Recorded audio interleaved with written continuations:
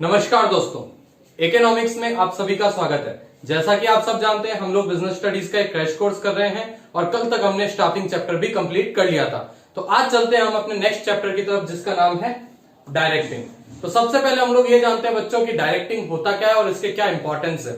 तो डायरेक्टिंग का मतलब होता है instructing, guiding, inspiring and motivating the employees in an organisation. कुल मिलाकर बात इतनी सी है, डायरेक्शन देना, उन्हें गाइड करना, उन्हें इंस्पायर करना, मोटिवेट करना, उन्हें लीड करना, उन्हें किसी भी तरह से हम बात करें अगर उनका मोरल डाउन हो जाए तो उसे अप करना, कम्युनिकेशन एस्टेब्लिश करना, ये सभी काम ये जो होता है यही चीज होती है डायरेक्टिंग। और किया क्यों जाता है? ताकि ऑर्गेनाइजेशन में स्टेबिलिटी बनी रहे, ऑर्गेनाइजेशन के गोल्स अच्छे से अचीव हो सके। देन हम लोग बात करते हैं डायरेक्टिंग की कुछ इंपॉर्टेंस की। तो डायरेक्टिंग की पहली इंपॉर्टेंस आ रही है to initiate action. To initiate action का मतलब क्या होता है बच्चों? टू इनिशिएट एक्शन का मतलब यह है कि हमने स्टार्टिंग तक क्या करा था, हमने एम्प्लॉइज को अपॉइंट कर लिया था, काम पे लगा दिया था। अब हम लोग क्या करते हैं, उन्हें गाइड करते हैं कि यानी काम क्या करना है और किस तरह से करना है, उन्हें कम्युनिकेट करते हैं। वो काम जो होता है वो डायरेक्टिंग फंक्शन में हमारा स्टार्ट होता है। देन हमारे पास बात है टू इंटीग्रेट एम्प्लॉइज एफर्ट्स, यानी इसका मतलब है कोऑर्डिनेशन एस्टेब्लिश करना किसी भी ऑर्गेनाइजेशन के अंदर। और रही बात ये कोऑर्डिनेशन एस्टेब्लिश करने की, तो कोऑर्डिनेशन कैसे एस्टेब्लिश होगा? तो कोऑर्डिनेशन ऐसा एस्टेब्लिश होगा कि जो भी अलग अलग एम्प्लॉइज अलग अलग डिपार्टमेंट्स में अलग अलग लेवल्स पे काम कर रहे हैं, उनकी एक तो ड्यूटीज रेस्पॉन्सिबिलिटीज तो फिक्स कर ही दी, साथ साथ में उन्हें इंस्ट्रक्शंस भी दे दिए हमने कि भाई इस लेवल पे ये काम करना है, इस लेवल पे ये काम करना है। और उनके जो अप्रोच में डिफरेंसेस है, ओपन कम्युनिकेशन एस्टेब्लिश करके वो डिफरेंसेस भी हमने खत्म कर दिए। तो उससे क्या होगा, ना सिर्फ एम्प्लॉय के एफर्ट्स इंटीग्रेट होंगे बल्कि ऑर्गेनाइजेशन में स्टेबिलिटी आएगी, बैलेंस आएगा, कोई भी टाइप से डिस्प्यूट्स नहीं होंगे। देन हम बात करते हैं directing as a means of motivation. हम बात करते हैं मोटिवेशन की। तो पहली बात, अभी मैं आगे पूरा टॉपिक पढ़ाने वाला हूं, फिर भी एक छोटा सा डिस्क्रिप्शन बता देता हूं। मोटिवेशन का मतलब क्या होता है?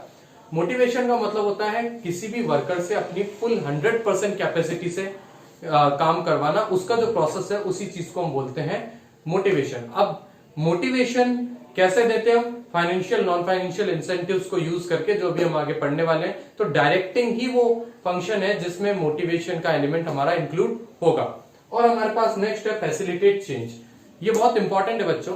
होता क्या है, किसी भी ऑर्गेनाइजेशन में जब कोई भी हम लोग चेंज अडॉप्ट करने वाले हैं तो चेंज को हमेशा रेजिस्ट किया जाता है। ये नेचर का रूल है ये कि भाई चेंज जो है वो हमेशा होगा ही होगा, ठीक है। और लेकिन चेंज को रेजिस्ट भी किया जाता है, ये हमारा ह्यूमन बिहेवियर है। अब जब चेंज को लोग रेजिस्ट करेंगे तो चेंज एडेप्ट ढंग से हो कैसे पाएगा? तो इसलिए डायरेक्टिंग में क्या करते हैं कि अगर कोई भी चेंज लाना है तो ऑर्गेनाइजेशन में एम्प्लॉइज से अच्छे से डिस्कस किया जाता है, कम्युनिकेशन करके उनकी पॉजिटिव अप्रोच बनाई जाती है कि जो भी चेंज हो रहा है वो आपके खुद के फेवर में है। तब जाकर ऑर्गेनाइजेशन में एम्प्लॉइज उस चेंज को रेजिस्ट करने की बजाय उसे एडॉप्ट करते हैं और उस चेंज में अपने आप को ढाल भी लेते हैं। तो ये जो चीज है ये किस वजह से हो पाती है? ये सब हो पाता है डायरेक्टिंग की वजह से। अब चलते हैं बच्चों डायरेक्टिंग के एलिमेंट्स की तरफ। डायरेक्टिंग के बेसिकली 4 एलिमेंट्स है हमारे सामने: सुपरविजन, लीडरशिप, कम्युनिकेशन और मोटिवेशन। अब सुपरविजन को इस साल कोर्स में हटा दिया गया है, बट मैं ये कहूंगा कि सुपरविजन हटकर भी नहीं हटकर। अब हटकर भी क्यों नहीं हटा है? क्योंकि सुपरविजन काम होता है एक सुपरवाइजर का, जो एक लोअर लेवल मैनेजर भी है। तो सुपरवाइजर के फंक्शंस अगर आप देखें तो वो लोअर लेवल मैनेजमेंट वाले फंक्शंस ही हैं, इसलिए वो मैं यहाँ पे वापस डिस्कस नहीं करने वाला हूं। मैं यहाँ पे अब स्टार्ट करता हूं लीडरशिप से। सबसे पहला जो लीडरशिप एलिमेंट है, लीडरशिप का मतलब क्या होता है? लीडरशिप का मतलब होता है लोगों का बिहेवियर इन्फ्लुएंस करना, लोगों का बिहेवियर चेंज करना, उसे इस तरह से उनका बिहेवियर बनाना कि हमारे अच्छे से गोल्स अचीव हो सके। तो influencing the behaviour of people at work. And why to influence? To achieve goals of organisation, to work as per the need. इस चीज को बोला जाता है लीडरशिप। अब बच्चों लीडरशिप में हमारे सामने 3 टाइप की लीडरशिप इंपॉर्टेंट है। एक होगी ऑटोक्रेटिक लीडरशिप, जिसको ऑथोरिटेटिव लीडरशिप भी बोलते हैं। एक होती है डेमोक्रेटिक लीडरशिप, जिसको पार्टिसिपेटिव लीडरशिप भी बोलेंगे। और एक होगी फ्री विल लीडरशिप, जिसको लेसर स्पेयर लीडरशिप स्टाइल भी बोलेंगे। तो ये तीनों टाइप की लीडरशिप स्टाइल्स हम लोग डिस्कस करते हैं। उससे पहले मैं इतना से बात बता दूं आपको कि बेसिक चीजों पे बात करें तो लीडरशिप क्या होगा? लोगों का बिहेवियर इन्फ्लुएंस करा, उनका बिहेवियर पॉजिटिव बनाया। क्यों करा? हमारा काम करवाना है जो पर्टिकुलर, उसको काम को करवाने के लिए उनको उनका बिहेवियर इन्फ्लुएंस करा। और एक अच्छा लीडर क्या होता है? एक अच्छे लीडर में बहुत सारी क्वालिटीज होनी चाहिए। एक अच्छे लीडर में हम बात करें तो पेशेंस होना चाहिए एक अच्छे लीडर में, अच्छी कम्युनिकेशन स्किल्स होनी चाहिए एक अच्छे लीडर में, एम्पैथी होनी चाहिए एक अच्छे लीडर में, सिंपैथी भी होनी चाहिए। एक अच्छा लीडर ऐसा होना चाहिए जो लीड बाय एग्जांपल, खुद करके दिखाए और फिर लोग उसको फॉलो करें। ठीक है, तो ये एक अच्छे लीडर की हम बात करें निशानी। और एक अच्छा लीडर वो होता है जो कैरेट एंड स्टिक अप्रोच को भी ढंग से यूज कर सके, यानी पेनल्टीज और रिवॉर्ड्स को भी ढंग से यूज कर सके। तो अभी फिलहाल हम चलते हैं लीडरशिप स्टाइल्स की तरफ। 3 लीडरशिप स्टाइल्स हमारे सामने है, autocratic, democratic and free lead. तो ऑटोक्रेटिक लीडरशिप स्टाइल की तरफ चलते हैं। सबसे पहले देखिए, ये मैंने यहाँ डायग्राम बना रखा है, कुछ लिखा नहीं है बट इस डायग्राम से ही आपको काफी कुछ समझ में आ जाएगा। तो बात करते हैं ऑटोक्रेटिक लीडरशिप स्टाइल क्या होती है। ऑटोक्रेटिक लीडरशिप स्टाइल एक तरह का सेंट्रलाइज्ड पैटर्न, यानी इसमें क्या होगा, जो लीडर है वो लीडर इंस्ट्रक्शन देगा और सबको क्या करना है, उसी के इंस्ट्रक्शंस को फॉलो करना है और उसी हिसाब से काम करना है। जो फॉलोअर्स हैं उसके, लीडर के जो सबऑर्डिनेट्स हैं, उन्हें क्या करना है, सिर्फ लीडर ने जो इंस्ट्रक्शन दिया वही फॉलो करेंगे और उस अकॉर्डिंग काम करेंगे, यानी उन्हें डिसीजन मेकिंग में शामिल होने का कोई भी अधिकार नहीं है फॉलोअर्स को या सबऑर्डिनेट्स को। इसीलिए देखिए मैंने यहाँ पे लीडर से ये जो एरोस बनाई है सिर्फ सिंगल साइडेड एरोस बनाए मैंने सबऑर्डिनेट्स की तरफ, यानी जो लीडर है वो इनको ऑर्डर देगा और इनसे कोई भी हम बात करें सजेशन वगैरह नहीं लेता, वो अपनी मनमानी करता है। इसलिए देखिए आज मैंने टी शर्ट भी पहनी है, I am not arguing, I am simply explaining why I am right. मतलब जो मैं बोल रहा हूं वो सही है। अब आप सोचेंगे सर इसका कुछ और भी मतलब हो सकता है, आप ऐसा क्यों जज कर रहे हैं। तो बच्चों देखो, अपने को व्याख्या पे नहीं जाना, पढ़ाई करनी है। तो फिलहाल आप ये देखिए, ये जो लिखा है ना, तो इसका मतलब क्या है, इसका मतलब ये ऑटोक्रेटिक लीडरशिप स्टाइल है, यानी जो बोला वो सही है, बाकी किसी की सुननी नहीं है, आर्ग्यू करना ही नहीं है। ठीक है, जबकि एक्चुअली अच्छा लीडर होता है तो वो आर्ग्यूमेंट भी कर सकता है, वो सुनता भी है दूसरों की, ऐसी बात नहीं है। ठीक है, तो अब मैं ये नहीं कहूंगा कि अच्छा लीडर नहीं है। ये स्टाइल सूटेबल कब होती है, पहली चीज तो हम ये बात करते हैं, ये सूटेबल कब है और क्या इसके पॉजिटिव और नेगेटिव कॉन्सिक्वेंसेज है, उनकी भी हम बात करते हैं। तो देखो बच्चों, ये स्टाइल, पहली चीज तो ये सूटेबल होती है जब बहुत फास्ट डिसीजन लेने हैं, यानी अगर हमें फास्ट डिसीजन लेने हैं तो फास्ट डिसीजन लेने में अगर हम लोग मीटिंग बैठाएंगे, सजेशंस लेंगे तो बहुत टाइम लग जाएगा और वो काम नहीं हो पाएगा उस टाइम पे। तो फास्ट डिसीजंस के टाइम पे ये ऑटोक्रेटिक लीडरशिप स्टाइल सूटेबल होती है। और अगर साथ साथ में हमारे एम्प्लॉइज थोड़े अनक्वालिफाइड है या अनस्किल्ड टाइप के एम्प्लॉइज हैं, तो उन्हें फिर हम डिसीजन मेकिंग की पावर नहीं दे सकते, उन्हें सजेशन भी उनसे लेना कोई सही बात नहीं होगी। इसलिए अनस्किल्ड या अनक्वालिफाइड लोगों के केस में भी ऑटोक्रेटिक लीडरशिप स्टाइल सूटेबल होती है।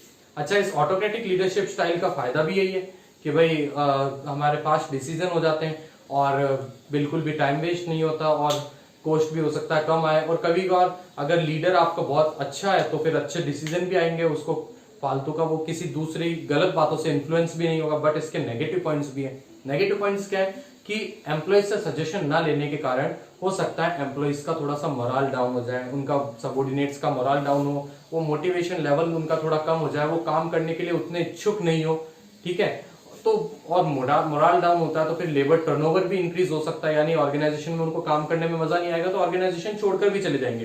तो ये जो है ये नेगेटिव पॉइंट्स होते हैं autocratic leadership style.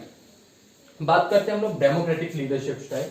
Democratic leadership style में देखिए आप, ये सेंटर में लीडर है और चारों तरफ इसके सबऑर्डिनेट्स है और मैंने एरोस भी दोनों तरफ के कर रखे हैं। अगर हमें आप देखें, मतलब ये डेमोक्रेटिक लीडरशिप स्टाइल वाला जो होता है वो ये चीज फॉलो नहीं करता। वो क्या करेगा, वो अपने सबऑर्डिनेट्स से सजेशंस लेगा और उन्हें डिसीजन मेकिंग प्रोसेस में शामिल हो करेगा और अल्टीमेट डिसीजन क्या होगा, मेजोरिटी बेसिस पे अल्टीमेट डिसीजन लेगा वो। लेकिन कम से कम उसने क्या किया, 1 2 3 4 या जितने भी सबऑर्डिनेट्स है सबको उसने डिसीजन मेकिंग में शामिल किया और इससे फायदा क्या हुआ कि उसको नए नए ओपिनियंस मिले।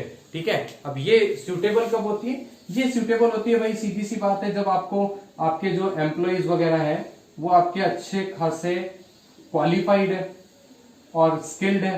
ठीक है, और आप एक कंबाइंड डिसीजन लेना चाहते हो, सभी का मिलाकर एक कंबाइंड डिसीजन लेना चाहते हो, तो आपकी ये जो ऑर्गेनाइजेशन में डेमोक्रेटिक लीडरशिप स्टाइल सूटेबल होगी। फास्ट डिसीजन तो नहीं होगा, इसमें थोड़ी देर लगेगी हमें डिसीजन लेने में, बट हो सकता है एक बहुत अच्छा डिसीजन निकल कर आए। कई लोगों के ओपिनियंस आते हैं तो कई ओपिनियंस इतने शानदार हो सकते हैं, हो सकता है लीडर को भी उतना नहीं आता था लेकिन उसके सबऑर्डिनेट्स इतने अच्छे क्वालिफाइड थे कि अच्छा ओपिनियन आया और अच्छा डिसीजन लिया गया। तो ये तब सूटेबल होती है हमारी। अगर हम बात करें तो जैसे फॉर एग्जाम्पल अगर ये अपनाई हमने, ये डेमोक्रेटिक लीडरशिप स्टाइल अपनाई, तो डेमोक्रेटिक लीडरशिप स्टाइल अपनाने का फायदा क्या? इसका फायदा ये हुआ कि एम्प्लॉइज जो हैं उनका मोराल अप हुआ। अब उनका मोराल अप होगा, वो नेचुरली मोटिवेटेड रहेंगे तो ज्यादा अच्छे से काम करेंगे, और अगर एम्प्लॉइज अच्छे से काम करते हैं तो ऑर्गेनाइजेशन का भी फायदा है, और साथ साथ में अगर एम्प्लॉइज मोटिवेटेड है, वो खुश है, तो ऑर्गेनाइजेशन में जो लेबर टर्नओवर है वो भी रिड्यूस होगा, यानी एम्प्लॉइज ऑर्गेनाइजेशन छोड़कर नहीं जाएंगे। और अगर किसी भी ऑर्गेनाइजेशन में एम्प्लॉय टिककर काम करते हैं तो इससे ज्यादा फायदा क्या हो सकता है? देन अब चलते हैं बच्चों हम लोग फ्री डीन लीडरशिप स्टाइल की तरफ। फ्री डीन लीडरशिप स्टाइल और भी ज्यादा हम बात करें तो फ्रीडम देती है एम्प्लॉय को। इसमें फिर भी काफी कुछ थोड़ा सा रेस्ट्रिक्शन था, या थोड़ा बहुत हम बात करें तो बाउंडेशन भी था, बट इसमें जो सबॉर्डिनेट्स है उनको कंप्लीट ऑटोनॉमी है, कंप्लीट फ्रीडम है, कंप्लीट लिबर्टी। यानी इसमें क्या होता है, ये देखिए, ये लीडर है, इससे मैंने कहीं भी एरो नहीं बनाया, जबकि ये सबॉर्डिनेट्स आपस में बात कर। इस लीडरशिप स्टाइल में क्या होता है, इस लीडरशिप स्टाइल में लीडर सिर्फ काम देता है। अब वो काम कैसे करना है, कौन सी अप्रोच से करना है, क्या डिसीजन लेने हैं, वो सब काम वो छोड़ देता है अपने सबॉर्डिनेट्स पे। यानी सबॉर्डिनेट्स को काम दिया, वर्क दिया, टारगेट दे दिया और अथॉरिटी दे दी कि आप वो काम जैसे भी करना है, जिस भी तरह से करना है, हमें बार बार आपको पूछने की जरूरत नहीं है, आप क्या करोगे, अपने तरीके से काम कर सकते हो। तो कंप्लीट फ्रीडम दे दी, कंप्लीट लिबर्टी दे दी, ये होता है फ्री डीन लीडरशिप स्टाइल।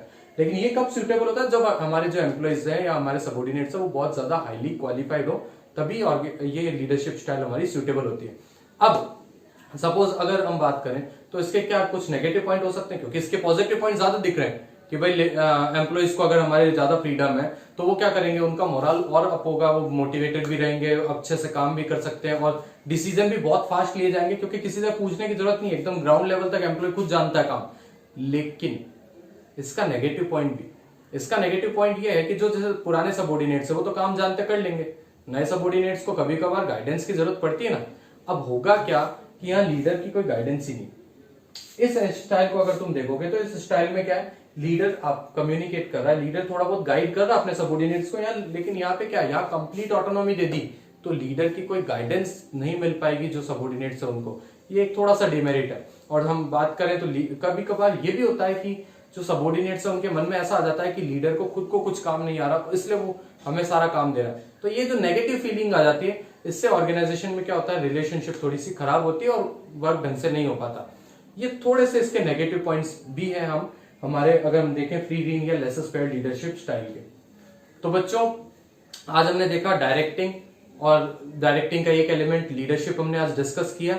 तो आज के वीडियो में बस इतना ही, कल हम आगे डायरेक्टिंग के दूसरे एलिमेंट्स डिस्कस करेंगे। तो आज का वीडियो कैसा लगा, अगर अच्छा लगा हो तो लाइक कीजिए, चैनल को सब्सक्राइब कीजिए और बेल आइकन को भी प्रेस कर दीजिए।